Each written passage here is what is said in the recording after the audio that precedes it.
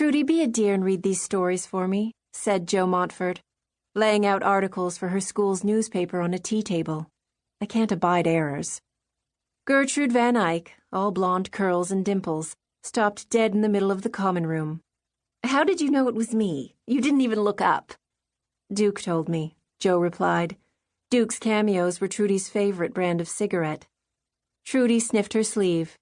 "Do I smell? You positively reek. What does Gilbert Grosvenor think of you smoking cigarettes?" "Gilbert Grosvenor doesn't know.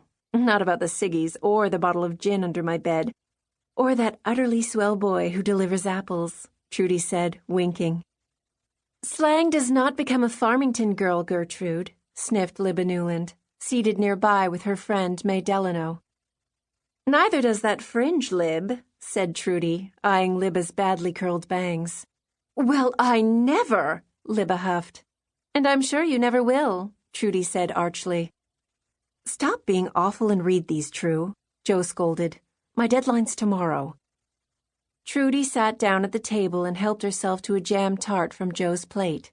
It was 3 o'clock, tea time at Miss Sparkwell's, and the common room was crowded with students on break.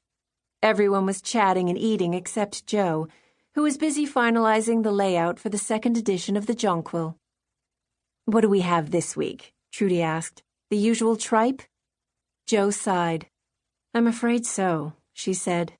"There's a piece on the proper way to brew tea, a poem about kittens, Miss Sparkwell's impressions of the Louvre, and advice on how to fade freckles."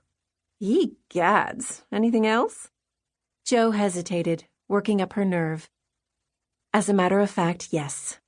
A story on the abuse of girl laborers at Fenton's textile mill," she said, handing one of the articles to her friend. "That's so funny, my darling," Trudy said, smiling. Her smile faded as she read the first lines. "Oh, dear God, you're serious." Trudy kept reading, riveted, and Jo watched her, thrilled. Jo was a senior at Miss Sparkwell's and had written for the Jonquil during her 3 previous years at the school. But this was the first important story she'd written. She'd worked hard to get it. She'd taken risks, just like a real reporter. "What do you think?" she asked eagerly when Trudy finished reading. "I think you've lost your mind," Trudy replied. "But do you think it's good?" Jo pressed. "Very." Jo, who'd been perched on the edge of her seat, shot forward and hugged Trudy, a huge grin on her face. "But that's entirely beside the point," Trudy said sternly as Jo sat down again.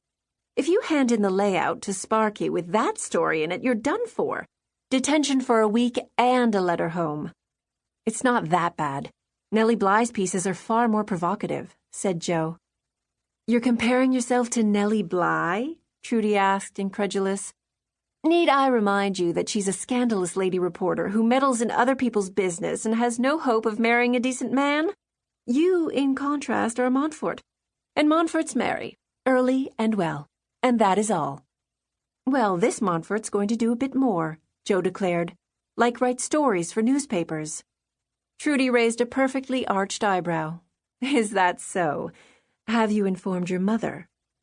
"Actually, no. Not yet," Jo admitted. Trudy laughed. "Not ever, you mean? Unless you want to find yourself locked away in a convent until you're 50. "True, this is a story that must be told," Jo said, her passion clear in her voice.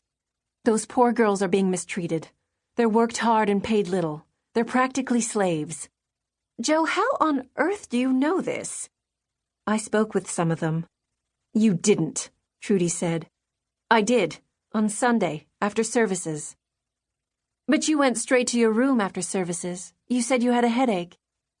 "And then I climbed out of my window and went down to the river, to one of the boarding houses there," Jo said, lowering her voice. She didn't want anyone to overhear her. "A farmer gave me a ride in his wagon. I spoke with 3 girls. One was 17, our age, True. The others were younger. They work 10-hour days standing at these hellish looms. Injuries are common, so is exposure to coarse language and situations. I was told that some of the girls fall in with bad sorts and become wayward." Trudy's eyes widened. Josephine Montfort.